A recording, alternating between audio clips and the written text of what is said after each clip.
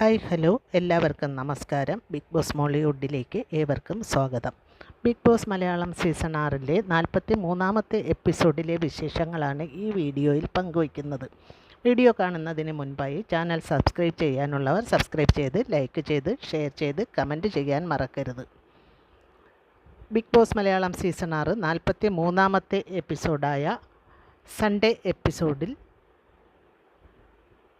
ആദ്യം തന്നെ മനുഷ്യത്വത്തെക്കുറിച്ചാണ് ചർച്ച ചെയ്യുന്നത്. മനുഷ്യത്വത്തെക്കുറിച്ച് ഘോരഘോരം പ്രസംഗിക്കുമ്പോഴും ബിഗ് ബോസിൻ്റെ ഭാഗത്തു നിന്നും പലപ്പോഴും മനുഷ്യത്വപരമല്ലാത്ത ഇടപെടൽ ഉണ്ടായിട്ടുണ്ടോ എന്ന് സംശയമാണ്.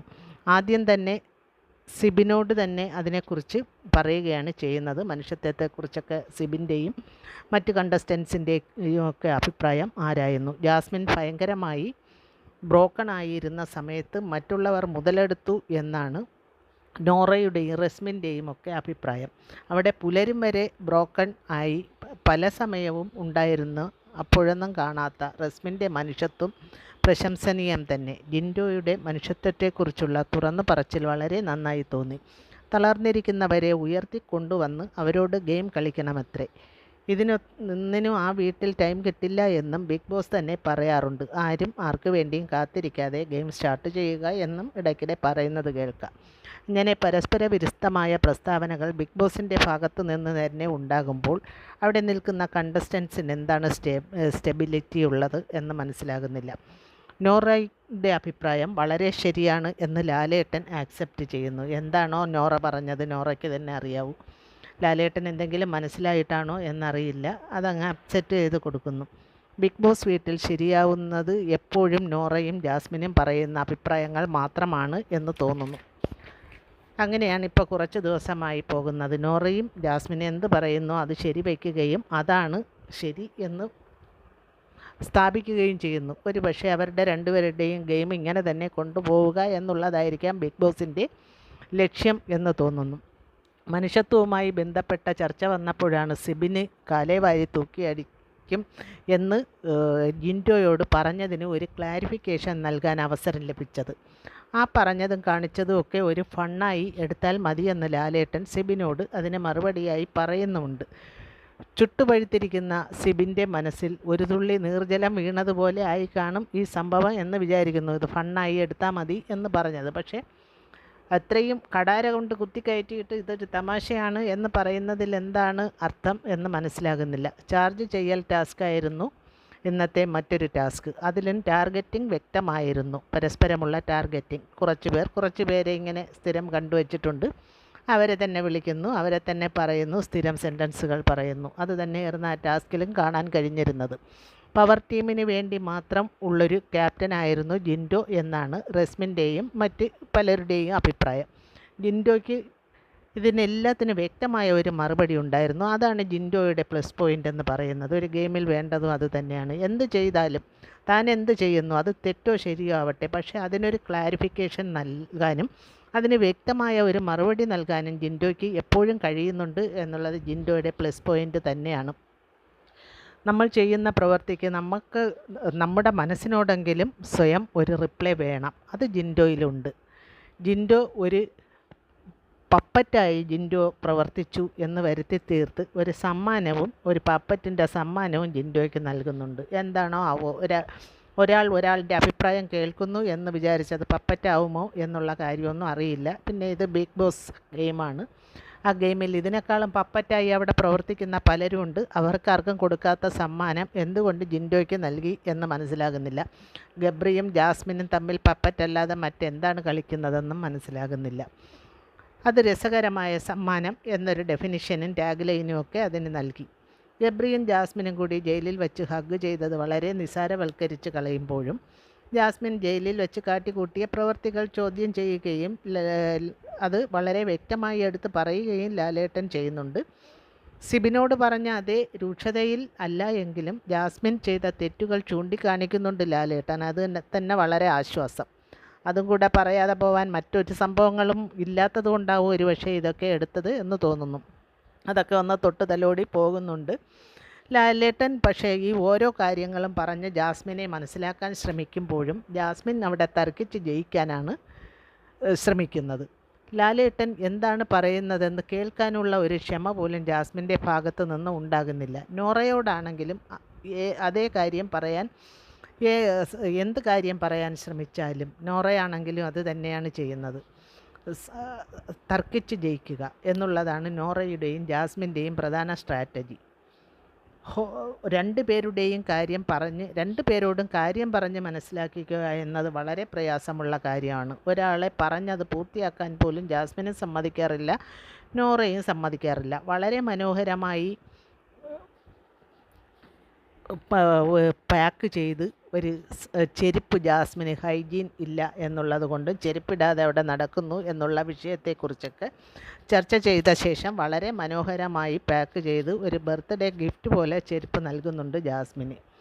ജയിലിൽ ഭക്ഷണം കൊണ്ടു കൊടുക്കുന്നതിന് റസ്മിനും കണക്കിന് കിട്ടുന്നുണ്ട്. ജസ്മിൻ ആരും അറിയാതെ പവർ ടീമിൻ്റെ പനീർ മസാല എടുത്ത് നോറയ്ക്കും ജാസ്മിനും കൊണ്ട് കൊടുത്തു എന്നുള്ളതാണ് പറയുന്നത്. അത് തെറ്റാണ് എന്ന് പറഞ്ഞു പോകുന്നുണ്ട്. പക്ഷേ എന്തൊക്കെ പറയുമ്പോഴും തലേ ദിവസം അല്ലെങ്കിൽ ഇന്നലെ സിബിന് നൽകിയ ആ ഒരു താക്കീതോ പ്രശ്നങ്ങളോ ഒന്നും നൽകുന്നതായി കാണാൻ സാധിക്കാത്തതിൽ നിരാശയുണ്ട്. ആർക്ക് എന്തൊക്കെ കിട്ടിയെങ്കിലും സിബിന് കൊടുത്തതുമായി നോക്കുമ്പോൾ ഇതെല്ലാം വളരെ കുറഞ്ഞു പോയി എന്ന് തന്നെയാണ് അഭിപ്രായം. തനിക്ക് വീട്ടിൽ പോകണം, അത് എത്രത്തോളം സിബിനെ ബാധിച്ചു എന്നുള്ളത് ആ പ്രമോ വീഡിയോയിൽ തന്നെ വ്യക്തമാണ്. തനിക്ക് ഇവിടെ നിന്നും വീട്ടിൽ പോകണം, ഇവിടെ ഒന്നും ചെയ്യാതെ ഒരു സൈഡിലിരിക്കും എന്നൊക്കെയാണ് സിബിൻ പറയുന്നത്. അത്രത്തോളം സിബിൻ്റെ മനസ്സിൽ ഇതെല്ലാം വളരെ ആഘാതം സൃഷ്ടിക്കുകയും താൻ അത്ര വലിയ തെറ്റൊന്നും ചെയ്തില്ല എന്ന് സിബിന് നന്നായി അറിയാം. ഒരു ആക്ട് കാണിച്ചു എന്നുള്ളത് തെറ്റ് തന്നെയാണ്. അതൊരു പബ്ലിക് പ്ലാറ്റ്ഫോമിൽ കാണിക്കാൻ പാടില്ല. പബ്ലിക് പ്ലാറ്റ്ഫോമിലെന്നല്ല, ഒരു മനുഷ്യരോടും ആരും കാണിക്കാൻ പാടില്ല. പക്ഷേ ഒരാൾ ദേഷ്യം വന്ന് അത്രയും ഫ്രസ്ട്രേറ്റഡായി ഇരിക്കുമ്പോൾ ആ വീട്ടിൽ, പ്രത്യേകിച്ച് ബിഗ് ബോസ് ഹൗസിൽ ആരും ചെയ്യാത്ത തെറ്റല്ല. അവിടെ എല്ലാ പേരും ഇതിൻ്റെ അപ്പുറവും ചെയ്യുന്നുണ്ട്, എല്ലാം ചെയ്യുന്നുണ്ട്. പക്ഷേ മറ്റുള്ളവർ ചെയ്തു എന്ന് വിചാരിച്ച് സിബിൻ്റെ തെറ്റ് ന്യായീകരിക്കപ്പെടുന്നതല്ല. സിബിൻ തെറ്റ് ചെയ്തത് ശരിയുമല്ല. പക്ഷേ എങ്കിലും കൊടുത്ത ശിക്ഷ വളരെ കടുത്തതായിപ്പോയി. ഇത്രയും വലിയ ശിക്ഷയ്ക്ക് സിബിൻ അർഹനാണോ എന്ന് ചോദിച്ചാൽ അതിൽ സംശയമുണ്ട്. അത് തന്നെയാണ് സിബിനെയും കൂടുതൽ ആഘാതം ഏൽപ്പിച്ചതായിരിക്കും. പവർ റൂമിൽ ഇനി അടുത്ത വീക്ക് മുതൽ നിൽക്കണ്ട എന്ന് പറഞ്ഞത് ഓക്കെ. അത് ഈ എപ്പിസോഡ് കഴിഞ്ഞ ശേഷം, അതായത് ലാലേട്ടൻ വന്നു പോയ ശേഷം അടുത്ത പവർ ടീം അധികാരത്തിൽ ഏൽക്കുന്ന സമയത്ത് സിബിനെ പുറത്താക്കിയാൽ മതിയായിരുന്നു. അല്ലാതെ ഇപ്പം തന്നെ എടുത്ത് കൊണ്ട് പുറത്തിറങ്ങണം എന്ന് പറഞ്ഞ ബിഗ് ബോസിൻ്റെ നടപടി അത് ഏതൊരു മനുഷ്യൻ്റെയും ഹൃദയം തകർക്കുന്നത് തന്നെയായിരിക്കും. അതുതന്നെയാണ് സിബിനും സംഭവിച്ചത്. സിബിൻ്റെ ഹൃദയവും തകർന്നിരിക്കും. അതിൽ സിബിനെ കുറ്റം പറഞ്ഞിട്ട് കാര്യമില്ല. പവർ ടീമിൽ നിന്ന് പുറത്താക്കാം, ഓക്കെ, സിബിൻ ചെയ്ത തെറ്റിന് അത് നല്ല ഒരു ശിക്ഷയാണ്, നല്ല കാര്യം തന്നെ. പക്ഷേ അത് അടുത്ത പവർ ടീമിൽ സിബിൻ ഉണ്ടായിരിക്കില്ല എന്ന് പറഞ്ഞ് ലാലേട്ടൻ്റെ എപ്പിസോഡ് കഴിഞ്ഞ ശേഷം അടുത്ത പവർ ടീം അധികാരം ഏൽക്കുമ്പോൾ സിബിനെ പുറത്താക്കാമായിരുന്നു. പക്ഷേ അതിന് പകരം ഇപ്പോൾ തന്നെ എടുത്ത് ഇറങ്ങിപ്പോണം എന്ന് പറയുന്നത് അത് അത്ര ശരിയായ ഒരു നടപടിയല്ല. ഒരാളെ ഒരു വീട്ടിൽ നിന്ന് ഇറക്കി വിടുന്നതിന് സമം തന്നെയാണത്. അത് സിബിൻ ആ ഹൗസ് വിട്ട് പോകണം എന്ന് പറഞ്ഞതിൽ യാതൊരു തെറ്റുമില്ല. സിബിൻ യഥാർത്ഥത്തിൽ അവിടെ നിന്ന് പോവുക തന്നെയാണ് ചെയ്യേണ്ടത്. ബിഗ് ബോസ് ഒന്ന് ജീവൻ വെച്ച് വന്നത് ഈ 6 വൈൽഡ് കാർഡും വന്ന ശേഷം, പ്രത്യേകിച്ച് സിബിൻ അവിടെ എന്തെങ്കിലുമൊക്കെ ചെയ്യാൻ കൊണ്ടുവന്നതിന് ശേഷമാണ് ആ ബിഗ് ബോസ് ഹൗസ് ഒന്ന് ജീവൻ വെച്ചതും പ്രേക്ഷകർക്ക് ഈ ഷോ ഒന്ന് കാണണമെന്ന് തോന്നി തുടങ്ങിയതും. അങ്ങനെയുള്ള സിബിനോട് ഇത്രയും ഒരു കടുത്ത നടപടി സ്വീകരിക്കേണ്ട കാര്യമുണ്ടായിരുന്നു. അത് അത്ര ശരിയായ ഒരു കാര്യമായി തോന്നുന്നില്ല. അതുകൊണ്ട് തന്നെ സിബിൻ അത് വളരെയധികം മാനസികമായി സിബിനെ തകർത്തു എന്ന് വേണം കരുതാൻ.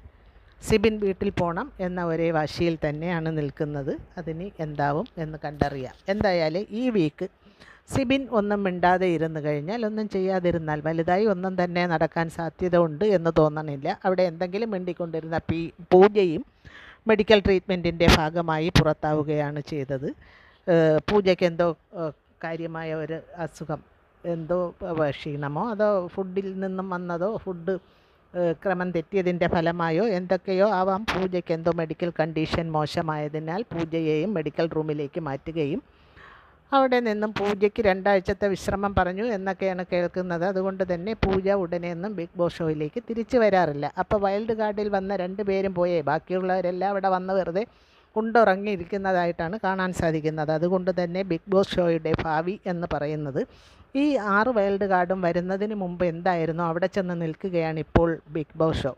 അതുകൊണ്ട് തന്നെ ആരെങ്കിലും പ്രേക്ഷകർക്ക് എന്തെങ്കിലും ഇൻട്രസ്റ്റ് ആയ കാര്യങ്ങൾ നടക്കുമോ എന്ന കാര്യത്തിൽ സംശയമുണ്ട്. ഈ വീക്കിൽ സിജോ വരുന്നുണ്ട് എന്ന് കേൾക്കുന്നുണ്ട്. സിജോ വന്നു കഴിഞ്ഞാൽ സിജോയ്ക്ക് എന്തെങ്കിലും ചെയ്യണമെങ്കിൽ ആരെങ്കിലുമൊക്കെ ഇതുപോലെ ഗെയിം കളിക്കുന്ന ആരെങ്കിലുമൊക്കെ ഉണ്ടാവണം. അല്ലാതെ ഒരാൾ മാത്രം വന്ന് ഗെയിം കളിച്ച് സിബിനെ അടിച്ചിരുത്തിയതുപോലെ അടുത്ത വീക്കിൽ വന്ന് സിജോ എന്തെങ്കിലും സിജോയോ ആരോ അതർ പേഴ്സൺ ആരോ ആവട്ടെ ആരെങ്കിലും എന്തെങ്കിലും ഒന്ന് തുറന്നാൽ ഉടനെ അടുത്ത വീക്കിൽ വന്ന് ഇങ്ങനെ കവാലത്തിൽ അടി കൊടുക്കും പോലെ പറഞ്ഞിരുത്തുന്നത് ബിഗ് ബോസ് ഷോയുടെ ഭാവിയെ തന്നെ ബാധിക്കും. അല്ലാതെ മറ്റുള്ളവർക്കൊന്നും ഒരു പ്രശ്നം ഉണ്ടാകാൻ പോകുന്നില്ല. പ്രേക്ഷകർ അവരെ അംഗീകരിക്കുകയേ ഉള്ളൂ എന്ന സത്യം ഈ 6 സീസൺ കഴിഞ്ഞിട്ടും ബിഗ് ബോസ് ടീം മനസ്സിലാക്കാത്തതാണ് കഷ്ടം എന്ന് തോന്നുന്നു. പ്രേക്ഷകരുടെ പൾസറിഞ്ഞൊരു ഷോ നടത്തുമ്പോഴാണ് ആ ഷോയുടെ വിജയം എന്ന് പറയുന്നത്. അല്ലാതെ പ്രേക്ഷകരെയും അവിടെ നിൽക്കുന്ന കണ്ടസ്റ്റൻസിനെയും എന്തെങ്കിലും ചെയ്യുന്നവരെയൊക്കെ അടിച്ചിരുത്തുകയോ ഒക്കെ ചെയ്യുന്ന ഒരു പ്രവൃത്തിയല്ല പ്രേക്ഷകരുടെ വായടപ്പിക്കുക. അവിടെ നിൽക്കുന്ന കണ്ടസ്റ്റൻസിൻ്റെ വായടപ്പിക്കാൻ ഒരുപക്ഷെ ബിഗ് ബോസിന് കഴിഞ്ഞേക്കും. പക്ഷേ പ്രേക്ഷകരുടെ വായടപ്പിക്കാൻ ഒരിക്കലും ബിഗ് ബോസിന് കഴിയില്ല. അതുകൊണ്ട് തന്നെ പ്രേക്ഷകരെ കൂടെ കണക്കിലെടുത്തുകൊണ്ട് വേണം ഒരു ഷോ മുന്നോട്ട് കൊണ്ടുപോകാൻ. ഈ വീഡിയോ ഇവിടെ അവസാനിപ്പിച്ച് വിട പറയുന്നു. മറ്റൊരു വീഡിയോയുമായി വീണ്ടും കാണാം. ഇനി വരുന്ന വീഡിയോകളുടെ നോട്ടിഫിക്കേഷൻ നിങ്ങൾക്ക് ലഭിക്കുന്നതിന് വേണ്ടി ഈ ചാനലിൽ കാണുന്ന സബ്സ്ക്രൈബ് ബട്ടൺ ക്ലിക്ക് ചെയ്ത് ലൈക്ക് ചെയ്ത് ഷെയർ ചെയ്യാൻ മറക്കരുത്. വീണ്ടും കാണാം. നന്ദി, നമസ്കാരം.